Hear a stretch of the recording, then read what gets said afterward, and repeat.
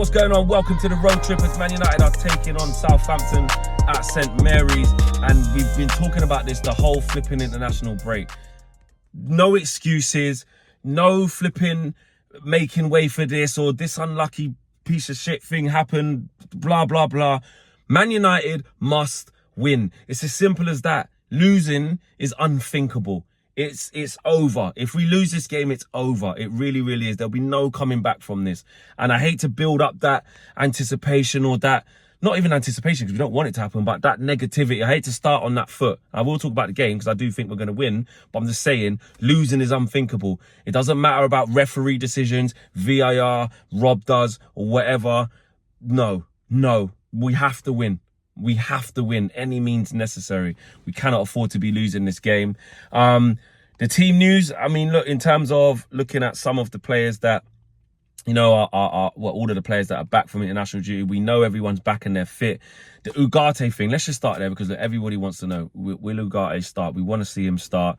And look, Ten Hag's being coy, man. He's being cautious. We saw in his presser a couple of days ago, he said, you know, only he was back sort of one day later than the rest.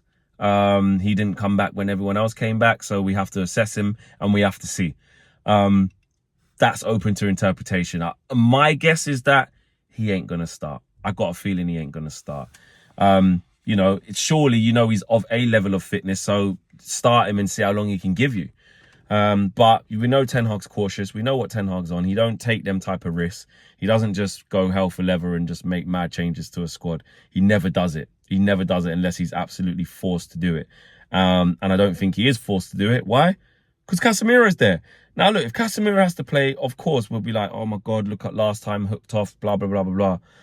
But we do have to put a little bit of, how can you say, a little bit of like, you know, calm about it. We know that in the long term, Casemiro needs to go, etc., etc. But he's still capable of playing against Southampton, guys. Like, he is. And he's not, every time he now next plays for us, which will probably be today, he's not always going to do that and be that bad and get hooked off. Does it change anything?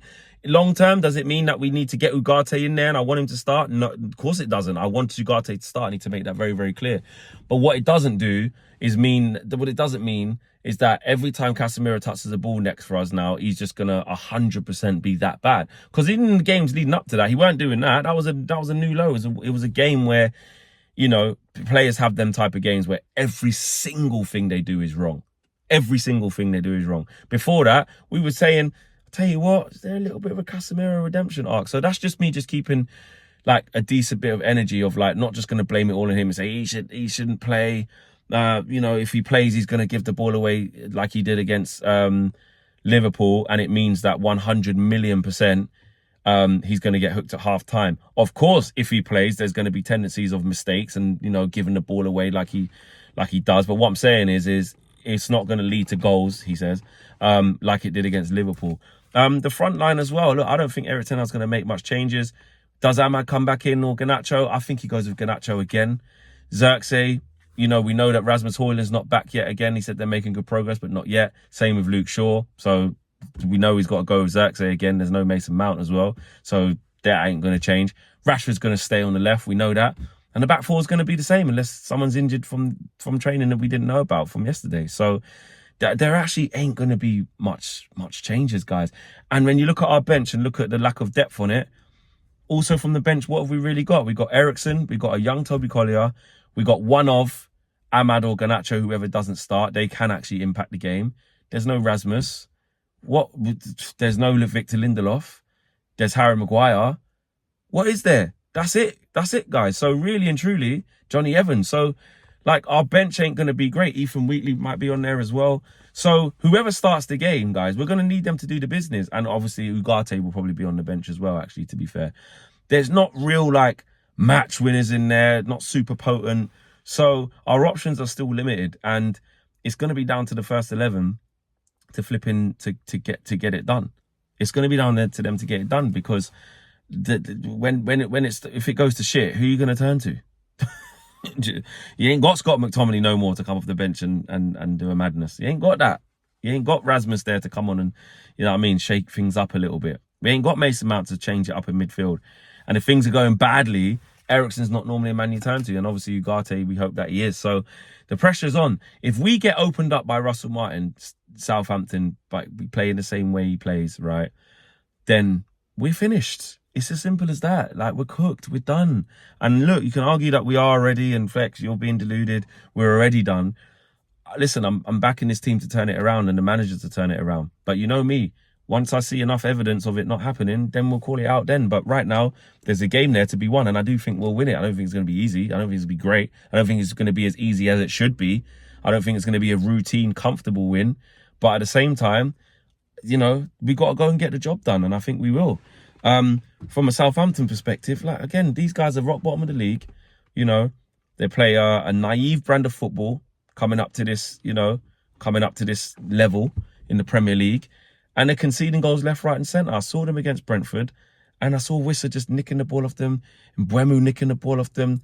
You know what I mean? Brentford's midfield just dominating.